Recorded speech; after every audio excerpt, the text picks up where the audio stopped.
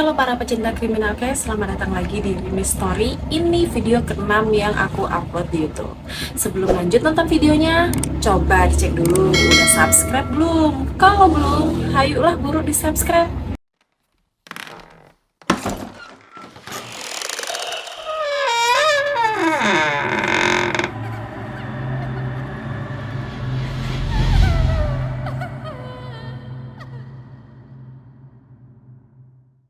Oke, di video kali ini aku mau menceritakan tentang seorang bawahan atau karyawan yang sakit hati terhadap sikap dan perkataan bosnya. Dan seiring berjalannya waktu, rasa sakit hati itu berkembang, Iya berkembang jadi rasa dendam. Dilihat dari wajahnya, menurutku si bawahan ini tuh kayak polos gitu loh. Tapi karena dendam kesumat yang semakin hari semakin menumpuk, merubah si polos jadi seorang monster. Irwan Huta Galung, 53 tahun, adalah seorang bos atau pemilik depot air isi ulang galon yang beralamatkan di Jalan Mula Warman Raya, Kecamatan Tembalang, Semarang, Jawa Tengah. Irwan diketahui berasal dari Tarutung, Sumatera Utara, lahir pada 28 Februari 1970, memiliki seorang istri dan 2 orang anak. Sebagai seorang bos, Irwan dikenal sebagai orang yang tegas. Kalau dibahasain sama kita, rewel dan galak. Nah, karena sikapnya yang seperti itu terhadap bawahan, setiap ada orang yang ikut kerja sama dia, banyak yang nggak betah. Jadi, akibatnya sering gonta-ganti karyawan. Di tokonya, Irwan punya 2 karyawan. Satu karyawan perempuan namanya Yuli, yang satu karyawan laki-laki. Nah, yang laki-laki ini yang sering gonta-ganti, yang banyak nggak betahnya. Galaknya Irwan, marahnya Irwan juga nggak kayak cuma marah-marah biasa. Dia sering maki-maki, berkata kasar, dan pokoknya kata-kata yang keluar dari mulut dia tuh nggak pantas diucapkan gitu loh. Salah dikit aja langsung marah-marah, langsung maki-maki. Ya siapa juga yang mau betah kalau tiap hari dimaki-maki.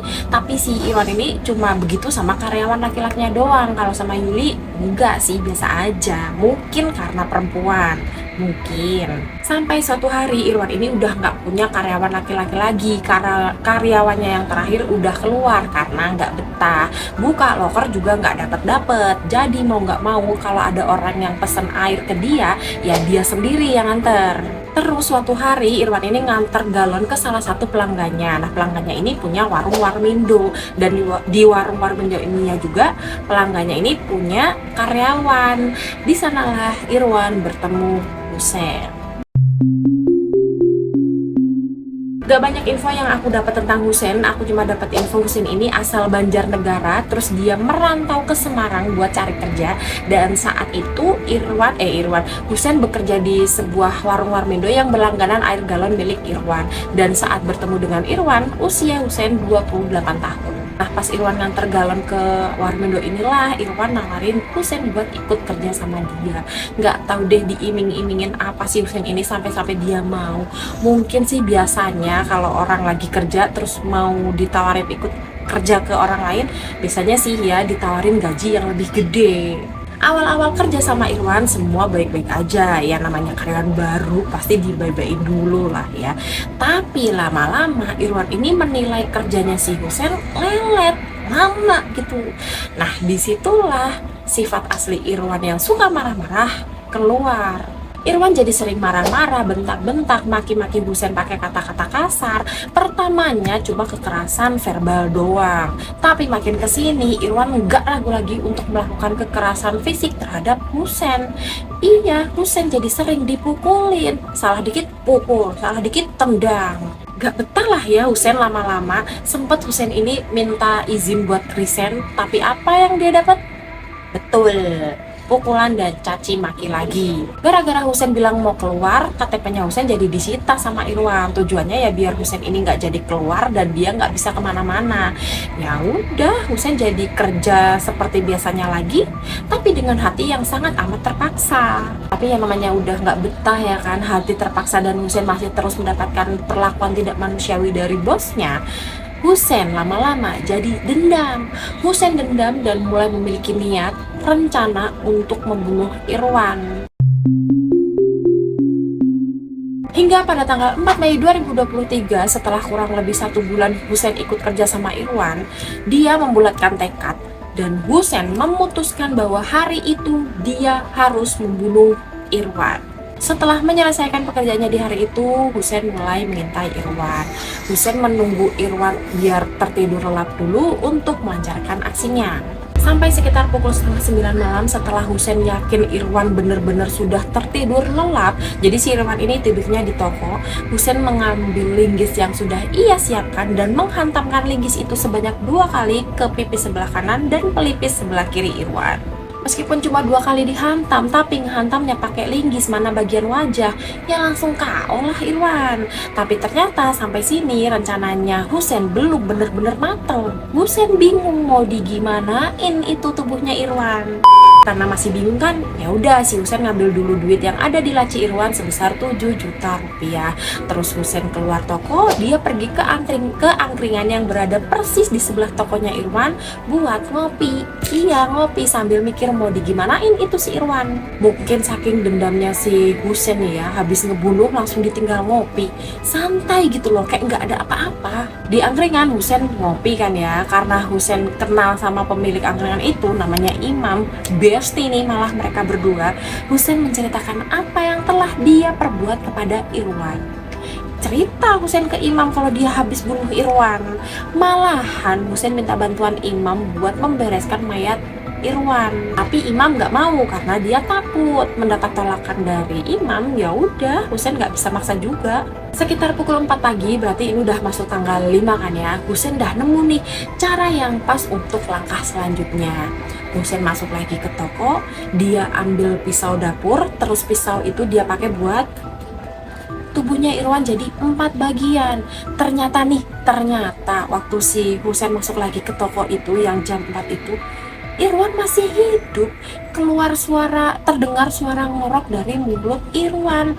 Mungkin nih ya, itu tuh lagi kayak sakaratul maut gak sih? Tapi Husen bodo amat, gak peduli, lanjut aja dia motong-motong. Kan jadi 4 kan, kepala, 2 tangan, sisanya badan. Bagian tubuh Irwan sama Husen dimasukin ke dalam karung, terus karung itu diseret ke lorong sebelah toko. Kenapa ke lorong itu? Karena jarang ada yang akses, jarang ada yang jamah. Pertamanya karung itu ditutup-tutupin dulu pakai bantal dan barang-barang lainnya biar nggak kelihatan. Karena kan tadi si Husen mengeksekusinya jam 4 kan, subuh kan, jadi waktunya mepet, makanya ditutup-tutupin dulu. Terus hari itu Husen masih buka toko seperti biasanya biar nggak ada yang curiga. Di sela-sela buka toko pas ada waktu luang, Husen ngambil pasir dan semen secara diam-diam di rumahnya Irwan. Barulah mayatnya Irwan tadi dicor. Setelah selesai, Husen buru-buru mengemasi barang-barangnya buat kabur. Sebelum kabur, Husen menyerahkan kunci ruko ke Yuli. Yuli ini yang karyawan Irwan satunya itu loh. Sekalian pamit, ngakunya Husen mau pulang ke Banjarnegara. Husen juga ngaku dia udah izin sama Irwan. Nah, udah kan, kuncinya udah di Yuli kan. Nah, sama Yuli kuncinya dikasih ke Bu Is. Bu Is ini yang punya ruko yang dikontrakin sama Irwan. Kenapa sama Yuli kuncinya itu nggak dikasih ke istrinya Irwan? Irwan kan punya istri. Nah, ternyata katanya Irwan ini udah pisah ranjang, udah pisah rumah sama istrinya. Keesokan harinya Yuli berangkat ke toko seperti biasanya. Sampai di toko ternyata tokonya masih tutup. Ditunggu-tunggu nggak buka-buka juga, nggak ada juga si Irwan datang. Ya udah, Yuli pulang lagi lah ya. Sampai di rumah Yuli heran, kok udah jam buka toko tapi tokonya masih tutup. Ditelepon lah sama Yuli nih si Irwan, tapi ternyata handphonenya Irwan gak aktif. Oh ya udah, mungkin emang lagi tutup gitulah pikirnya si Yuli. Besoknya lagi tutup lagi. Curiga nih Yuli lama-lama, udah 3 hari toko tutup, Irwan juga nggak ada kabar. Nah, karena kecurigaannya itu, Yuli pergilah ke rumahnya Bu Is. Sampai di sana Yuli cerita tentang kecurigaannya itu, tentang toko tutup sama Irwan nggak ada kabar. Ya udahlah, sama Bu Is diajaklah Yuli pergi ke toko, tapi ditemani sama suaminya Bu Is. Jadi 3 orang nih yang pergi ke toko, Bu Is, suaminya, sama Yuli. Dah ya kan, mereka berangkatlah ke toko. Sampai di sana pintu dibuka nih. Baru dibuka, bau busuk menyengat udah semerbak. Dicari-carilah sama mereka sumber bau itu dari mana, dan ternyata bau itu mengarah ke lorong samping toko. Betapa terkejut Terkejutnya mereka melihat tangan dan kaki manusia menyumbul dari cor-coran yang masih baru di lorong itu. Ternyata nih ya, waktu si Husein ini ngecor tubuhnya Irwan, nggak semuanya kecor tangan dan kakinya. Irwan cuma ditutupin pakai pasir doang, karena ternyata adonan semennya itu nggak cukup. Dilaporkanlah temuan itu ke polisi. Polisi datang, dibongkar itu cor-coran. Disitulah mereka menemukan tubuh Irwan dalam keadaan yang sudah terpotong-potong. Langsung tuh polisi melakukan investigasi dan menanyai saksi-saksi. Yuli dan Imam, masih ingat Imam kan yang jaga angkringan itu? Nah, mereka berdua masuk ke dalam daftar saksi. Dalam pengakuannya, Yuli ini mengatakan kalau dia tuh curiga sama Husein karena waktu terakhir dia ketemu sama Husein, yang si Husein pamit pulkam itu, Husein mencurigakan. Dan Imam kan diceritain langsung kan sama si Husein tentang apa yang telah Husein perbuat. Dia udah membunuh Irwan. Ya udah dibongkar semua sama Imam, diceritain ke polisi. Dah dari kesaksian dua orang ini, polisi memburu Husein ke Banjarnegara. Akhirnya setelah beberapa hari dicari, tepatnya tanggal 9 Mei 2023 sore, Husein berhasil ditemukan. Saat itu Husein sedang berada di rumah temannya yang ada di Banjarnegara juga. Tapi sebelum ditangkap, Husein ini sempat mau kabur, makanya sama polisi didor aja udah kena kakinya. Saat diinterogasi, Husein langsung mengakui semua perbuatannya. Motifnya ya karena dia sakit hati dan dendam atas perbuatan Irwan terhadapnya. Ini kan kasusnya viral kan, jadi diberitain di mana-mana kan. Nah, otomatis banyak wartawan yang datang buat meliput dia juga dong. Kalian lihat mukanya? Senyum-senyum dia, bangga. Dan emang waktu ditanya sama wartawan, dia nggak nyesel. Dia mengaku puas atas apa yang telah dia lakukan terhadap Irwan, saking dendamnya. Dan waktu wartawan tanya juga kenapa dia nggak menyerahkan diri, tau nggak jawabannya gimana? Ya keenakan polisinya kalau dia menyerahkan diri, biar polisinya kerja, ada kerjaan nyari dia. Karena kasus ini viral, jadi banyak banget orang yang membongkar sifat asli Irwan. Dan emang Irwan ini dikenal sebagai orang yang keras banget. Pernah nih ya, ada tetangga yang memergoki langsung Irwan lagi ngebentak-bentak karyawannya. Gak segan-segan gitu loh, bahkan di depan para pelanggannya pun Irwan ini tega ngebentak-bentak karyawannya. Jadi kan malu kan. Selain kesaksian dari tetangga dan pelanggannya Irwan, ada juga kesaksian dari pihaknya Husein. Husein ini dikenal sebagai orang yang baik dan penurut banget. Kalau sampai Husein nekat membunuh, berarti ya emang korbannya ini yang udah keterlaluan. Dalam pengakuannya ada nih alasannya Husein motong-motong bagian tubuhnya Irwan. Jadi kayak ada filosofinya gitu, kenapa potong ini, kenapa potong ini. Kenapa potong kepala? Karena kan di kepala ada mulut tuh. Nah, mulutnya Irwan ini yang sering buat mencaci maki Husein, makanya dipotong. Kenapa potong tangan? Karena tangannya yang sering buat mukul Husein. Geleng-geleng gak kalian dengar alasannya si Husein ini? Terus uang 7 juta yang diambil Hasan tadi buat apa? Bisa kalian tebak buat apa? Buat booking cewek di micet, buat mabura juga. Wes pokoknya buat happy-happy lah intinya. Nah, pas bagian ngabisin duit ini katanya Husein ngajak Imam. Si Imam nih ya dimintain tolong buat beresin mayat, gak mau. Giliran diajak seneng-seneng ngabisin duit mau. Dasar temen, namanya juga temen lah ya. Si Imam ini definisi temen yang sering kita jumpai di real life. Awalnya di berita yang beredar, Husein ini dikenai pasal 340 KUHP tentang pembunuhan berencana dengan ancaman hukuman 20 tahun penjara. Tapi update terbaru, si Husein ini bisa aja dikenai hukuman seumur hidup penjara. Dan di kasus ini tersangkanya nggak cuma Husein doang. Si Imam jadi tersangka juga, tapi dia nggak ditahan, cuma disuruh wajib lapor doang.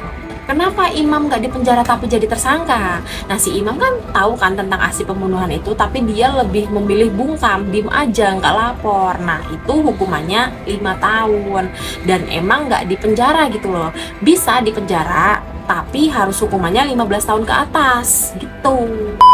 Oke, jadi begitulah cerita dari Husein pembunuh bus galon di Semarang. Gimana ya, aku nggak membenarkan aksinya Husein, tapi aku ngerti apa yang dirasain Husein. Dan menurut aku Husein tuh kayak Joker gitu nggak sih? Orang jahat berawal dari orang baik yang tersakiti. Pelajaran yang bisa kita ambil dari kasus ini, kita pokoknya harus berhati-hati dalam berucap, dalam bersikap kepada siapapun.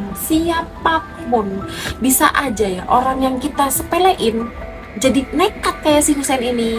Apapun yang kita perbuat, apapun yang kita ucapkan, kita ada Tuhan, kita punya Tuhan yang ngelihat kita, ngelihat gerak-gerik kita, dan apapun itu bakal dibales nanti di akhirat. Makanya kita sebisa mungkin berbuat baik pada siapapun. Ya udah, segini aja video dari aku. Sampai jumpa lagi di video aku selanjutnya. Jangan lupa subscribe, like, komen, dan share. Bye bye.